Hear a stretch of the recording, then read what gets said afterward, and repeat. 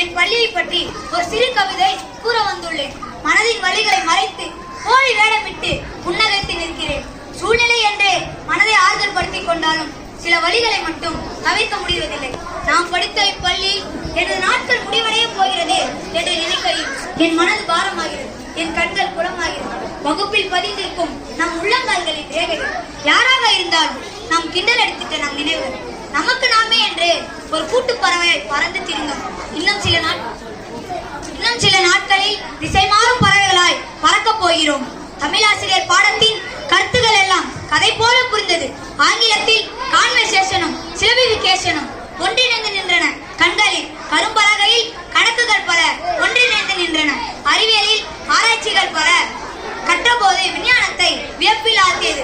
சமூகவியல் வகுப்பில் ஒரு நல்ல குடிமகனாக, ஒரு வீரமிக்க இந்தியனாக புவியின் பல ஆச்சரியங்களையும் புதிர்களையும் கற்றுக்கொண்டோம். மரத்தடியில் மதிய உணவு சுவைகள் கலக்கும் மல்லிகா அக்காவின் சமையல் வாசனை அனைவரையும் சாப்பிட தூண்டும். கல்வி கத்திருந்த எங்கள் ஆசிரியர்களின் மேல் பக்தி பெருகியது. நண்பர்களிடம் இருந்து பென்சில், ஸ்கேல், ரப்பர் கைமாறியது சுகமாயிருந்தது. எது எப்படி இருந்தாலும் நாம் ஆழமாக படித்ததை அதிகமாக அசை போடுவோம். நம் ஆசைப்பட்ட மதிப்பெண்ணை பெறுவதற்காக ஆர்வத்தோடு புத்தகத்தை எடுப்போம் என்று கூறி விடைபெறுகிறேன். நன்றி, வணக்கம்.